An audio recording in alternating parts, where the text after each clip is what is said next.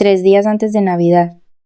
Estaba en mi pequeño apartamento, helado, envuelta en una manta, cuando el móvil vibró sobre la mesa. Un mensaje de grupo de mi madre. Saré. Lo cogí, esperando el típico recordatorio sobre qué plato llevar a la gala familiar. Pero el mensaje era frío, directo, definitivo. Lo hemos hablado. Es mejor que no vengas este año. Nicolás no está cómodo con tu actitud. Segundos después, una notificación. Mi hermana Mara le había dado un corazón al mensaje. Me quedé mirando la pantalla, esperando que el dolor me golpeara, que las lágrimas me quemaran los ojos, pero no llegaron. No lloré, no pregunté por qué. Solo sentí como una extraña y fría lucidez se apoderaba de mí. Escribí una única respuesta. Perfecto.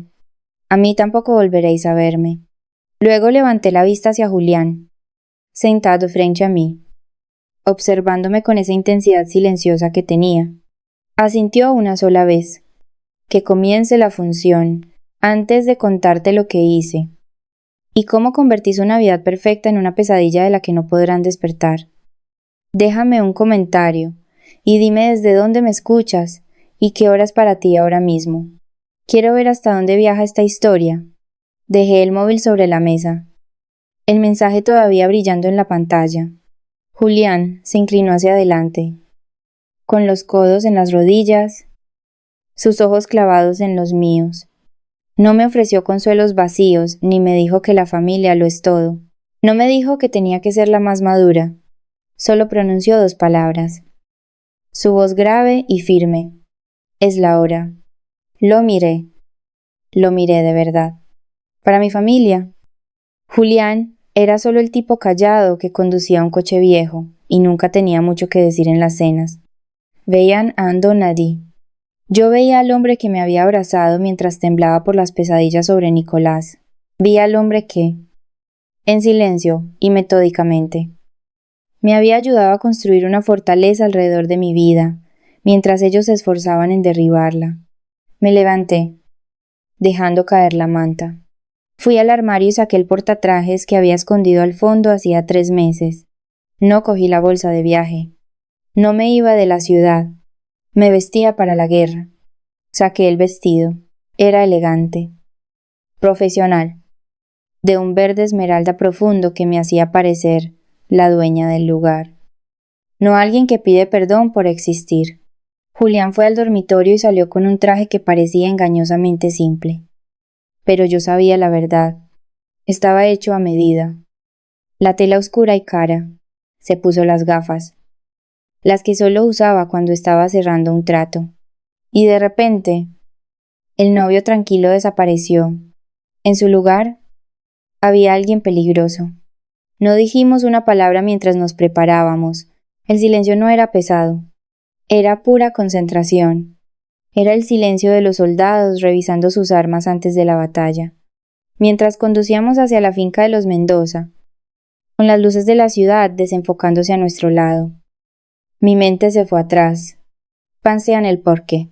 ¿Por qué habían elegido a Nicolás? ¿Por qué mis padres miraban al hombre que me dejaba moratones en los brazos y veían a un hijo? Mientras me miraban a mí y veían un problema, recordé la noche en que llegué a casa con un ojo morado, tropezando en la cocina, suplicando ayuda. Mi madre no me miró con horror, sino con fastidio. Me dijo que seguro que lo había provocado. Me dijo que Nicolás estaba bajo mucho estrés como director general, que tenía que ser más comprensiva. En aquel entonces, pensé que estaban ciegos. Pensé que si solo se lo explicaba mejor, si solo les mostraba el dolor, despertarían. Pero mientras veía la carretera familiar serpentear hacia la mansión, por fin me permití ver la verdad. No estaban ciegos, estaban comprados. Aceptar que Nicolás era un monstruo significaría aceptar que habían vendido a su hija por seguridad. Significaba enfrentar el hecho de que su vida cómoda, su estatus, su libertad, se pagaba con mi dolor. La mente humana es una maestra de la supervivencia. Cuando se enfrenta a una verdad demasiado horrible de soportar, reescribe la realidad. Mis padres no querían ser los monstruos, así que me convirtieron a mí en la villana. En su versión de la historia, Laura es el problema. Nicolás es el proveedor. Era más fácil sacrificar mi cordura que su estilo de vida.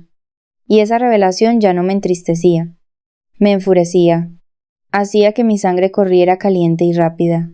Miré a Julián, su mano descansando en la palanca de cambios, firme y tranquila. Esta noche no íbamos a suplicar por un sitio en su mesa. Íbamos a embargarla. Llegamos a las puertas de hierro de la finca de los Mendoza. La grava crujiendo bajo las ruedas del modesto sedán de Julián, para cualquiera. Este lugar parecía un sueño. La imponente mansión colonial estaba bañada en una cálida luz dorada, con elegantes coronas en cada ventana y un árbol de Navidad que se alzaba 2 pisos en el vestíbulo. El camino de entrada era un desfile de todoterrenos de lujo y deportivos alemanes, un testamento del supuesto éxito de la familia. Pero al mirar las impecables columnas blancas, no vi un hogar, vi una sociedad pantalla. Vi un monumento construido sobre la evasión de impuestos y préstamos en la sombra, una hermosa fachada que ocultaba una estructura podrida que estaba a punto de colapsar. Subimos los escalones, el frío aire invernal mordiéndome las mejillas.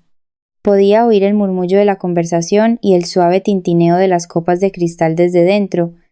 No llamé a la puerta. La abrí y entré en el calor. La conversación murió al instante. Fue como si alguien hubiera cortado la luz. El cuarteto de cuerda que tocaba en una esquina se detuvo a mitad de compás. 50 cabezas se giraron. Primos, socios, vecinos. Gente que había pasado años escuchando historias sobre lo inestable y difícil que yo era. Me miraban como si vieran a un fantasma. Mi madre, Sara, fue la primera en moverse. No corrió a abrazarme. Marchó hacia nosotros, sus tacones repiqueteando agresivamente sobre el mármol. Su rostro una máscara de furia y pánico. Me agarró del brazo, sus uñas clavándose en mi piel a través de la manga. Y siseó con una voz lo suficientemente baja para no molestar a los donantes, pero lo suficientemente alta para cortar. ¿Qué estás haciendo aquí? Te dijimos que te mantuvieras alejada. ¿Y por qué lo has traído a él? Lanzó una mirada de puro, absoluto desdén a Julián, para ella, con su traje de confección y su comportamiento tranquilo. Él no era nada. Era una mancha en su tapiz perfecto. Lo miró como si fuera al servicio, como si debiera haber usado la entrada de personal. Antes de que pudiera responder, la multitud se abrió. Apareció Nicolás. Se veía impecable. Eso se lo concedo. Llevaba un smoking que costaba más que mi primer coche, sosteniendo un vaso de whisky en una mano. Caminaba con esa gracia fácil y depredadora de un hombre al que nunca le han dicho que no. No parecía enfadado, parecía divertido. Se acercó directamente a nosotros, ignorándome por completo, y se detuvo frente a Julián. «Usted debe de ser el chofer», dijo Nicolás, su voz lo suficientemente alta para que toda la sala la oyera. Se metió la mano en el bolsillo. Sacó un billete arrugado de 5 euros y lo metió en el bolsillo de la chaqueta de Julián. «¿Por qué no eres un buen chico y vas a aparcar tu coche ahí detrás? Estás tapando la vista de los Porsche». «Mi padre». «Gregorio». Se acercó por detrás y soltó una carcajada. Le dio una palmada en el hombro a Nicolás, mirándolo con un orgullo que nunca me había mostrado a mí. Así se habla. «Hijo», dijo Gregorio, «el buen servicio es tan difícil de encontrar hoy en día». La sala se llenó de risas educadas y crueles. Mi hermana Mara sonreía con aire de suficiencia detrás de su copa de champán. Sentí el calor subir por mi pecho. El viejo instinto de encogerme, de disculparme, de huir. Pero entonces miré a Julián. No se inmutó, no se enfadó. Miró el billete de 5 euros. Luego a Nicolás, y le dedicó una pequeña y educada sonrisa. Era la sonrisa de un lobo, viendo a una oveja explicar por qué no debería ser devorada. Guardaré esto en un lugar seguro, dijo Julián en voz baja. Mi madre nos empujó hacia una mesa en una esquina, lejos del centro de la sala, tratándonos como una mancha vergonzosa que no podía limpiar. Creía que nos estaba poniendo en nuestro sitio. No se daba cuenta de que se estaba encerrando en una jaula con las únicas personas que tenían la llave. Creían que eran la realeza presidiendo su corte. No sabían que ya eran súbditos de un reino que había sido conquistado ayer por la mañana. Se sirvió la cena. Camareros con guantes blancos se movían como fantasmas, colocando platos de solomillo frente a gente que había vendido su alma para pagarlo. Yo no comí. Observé a mi padre. Gregorio. Levantarse y golpear una cuchara de plata contra su copa de cristal. El agudo tintineo silenció el murmullo de la sala. La conversación murió. Miró a su alrededor. Un rey inspeccionando un reino que ya estaba ardiendo. Simplemente. Aún no podía oler el humo.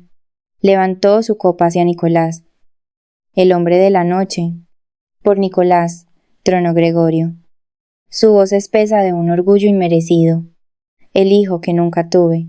Hizo una pausa para la risa educada que siguió, obediente y hueca. Entonces sus ojos me encontraron en la esquina del fondo. No contenían amor, contenían un desafío. ¿Sabéis? Continuó, su voz bajando a un susurro teatral. En esta vida, algunos hijos nos desangran, toman y toman hasta que no queda nada. Y otros nos sostienen, dan un paso al frente, nos salvan.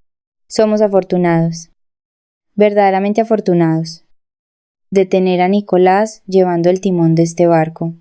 El aplauso fue atronador. Nicolás no parecía humilde, parecía un gato que acababa de tragarse un canario y esperaba el postre. Se echó hacia atrás, con un brazo sobre el respaldo de su silla, disfrutándolo. Le sonrió a mi padre, una sonrisa cómplice que decía, este mundo es nuestro. Creía que había ganado. Creía que esta adoración pública era el último clavo en mi ataúd. Creía que me encogería, avergonzada por la comparación, aplastada por el peso de su desaprobación. Pero yo no me estaba encogiendo, estaba calculando. Recordé cada vez que mi padre nos había comparado. ¿Por qué no puede ser más como Nicolás? Nicolás sabe cómo tratar a la gente. Nicolás es un líder.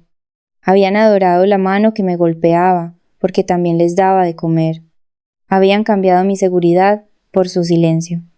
Me rompieron entonces, arrebatándome la voz pedazo a pedazo. Pero esta noche la había encontrado de nuevo, y era más afilada que el acero. Me levanté. Mi silla raspó ruidosamente contra el suelo de mármol. El sonido cortó los aplausos como un disparo. Las cabezas se giraron. Los ojos de mi madre se abrieron como platos en una advertencia. Su boca formando un silencioso por siéntate. No me santé. Proyecté mi voz hasta el fondo de la sala. Es El Salvador porque pagó tus facturas. ¿Papá? Pregunté. Mi tono era conversacional. Mortalmente tranquilo. ¿O es El Salvador porque sabe lo del fraude fiscal? El silencio que siguió fue pesado, asfixiante. Era el sonido de 100 personas conteniendo la respiración a la vez. El rostro de mi padre pasó de rojo a pálido en un instante. La copa de vino en su mano tembló, enviando una onda de líquido rojo peligrosamente cerca del borde. Entonces empezó el gaslighting. Fue casi impresionante lo rápido que cambiaron de marcha. Era un reflejo. Un mecanismo de defensa perfeccionado durante décadas. Mi madre se levantó, tirando la servilleta al suelo. Está inestable, gritó Sara. Su voz estridente por el pánico. Se volvió hacia los invitados, sus manos revoloteando, suplicándoles que me ignoraran. Por eso no la invitamos. Está teniendo una de sus crisis. Se está imaginando cosas. Mi hermana Mara intervino, con una mueca de desprecio desde el otro lado de la sala. Por Dios. Laura, te estás poniendo en ridículo. Siéntate o lárgate. Lo estás arruinando todo. Eran buenos en esto. Durante años me habían hecho cuestionar mi propia realidad. Me habían hecho pensar que los moratones eran mi culpa, que los insultos eran bromas, que el abandono era amor. Pero yo ya no me creía su versión de la realidad. Yo tenía las pruebas. Nicolás se levantó. Ya no parecía divertido.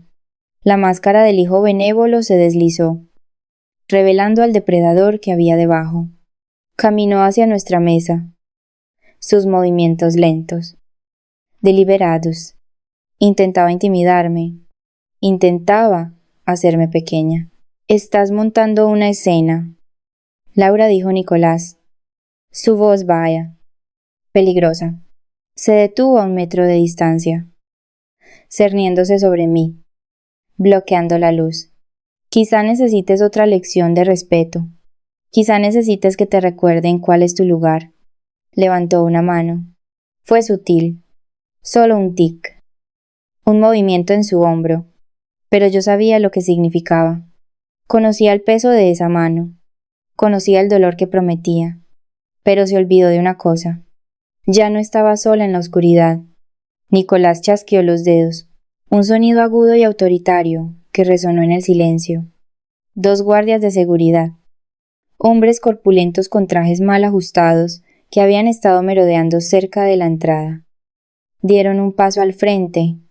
Sacadlos de aquí, ordenó Nicolás, sin siquiera mirarlos. Sus ojos todavía fijos en mí, con esa mirada fría y muerta. Y si se resiste, arrastradla. Ese fue el momento en que el aire de la habitación cambió. No fui yo quien se movió, fue Julián.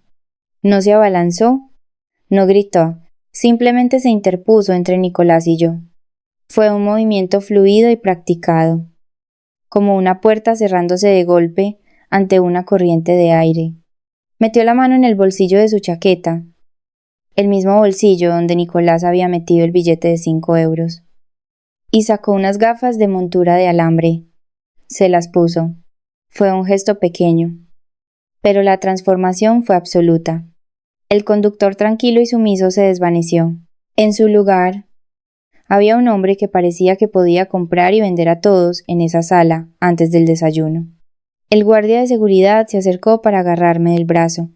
Julián no lo miró, solo levantó una mano, con la palma hacia afuera, sin girar la cabeza.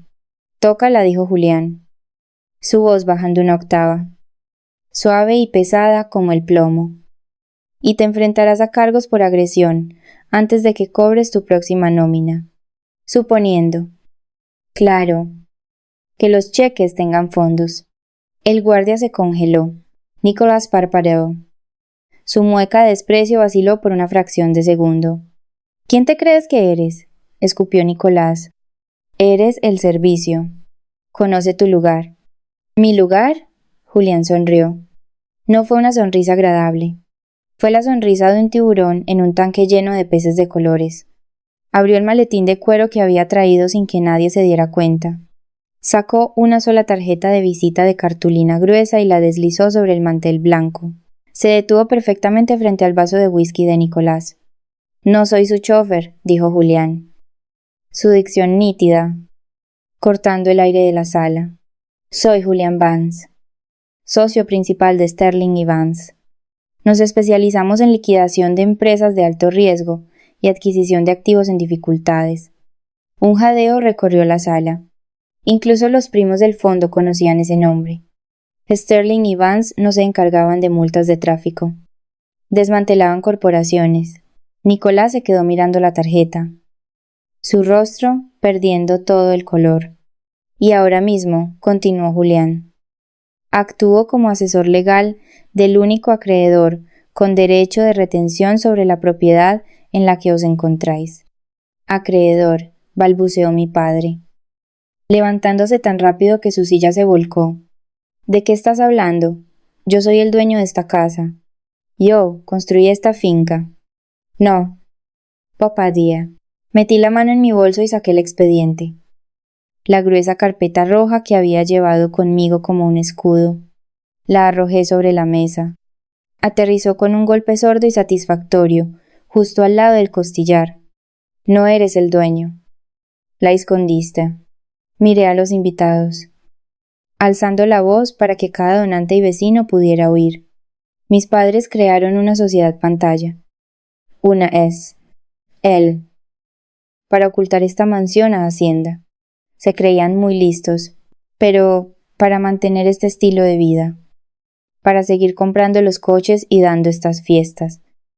Necesitaban efectivo, así que pidieron préstamos en la sombra, de alto interés. Predatorios. Miré a Nicolás. Préstamos que él les consiguió. Nicolás parecía que iba a vomitar. Sabía exactamente lo que había en esa carpeta. Dejaron de pagar hace 3 meses, dije. Mi voz firme, fría.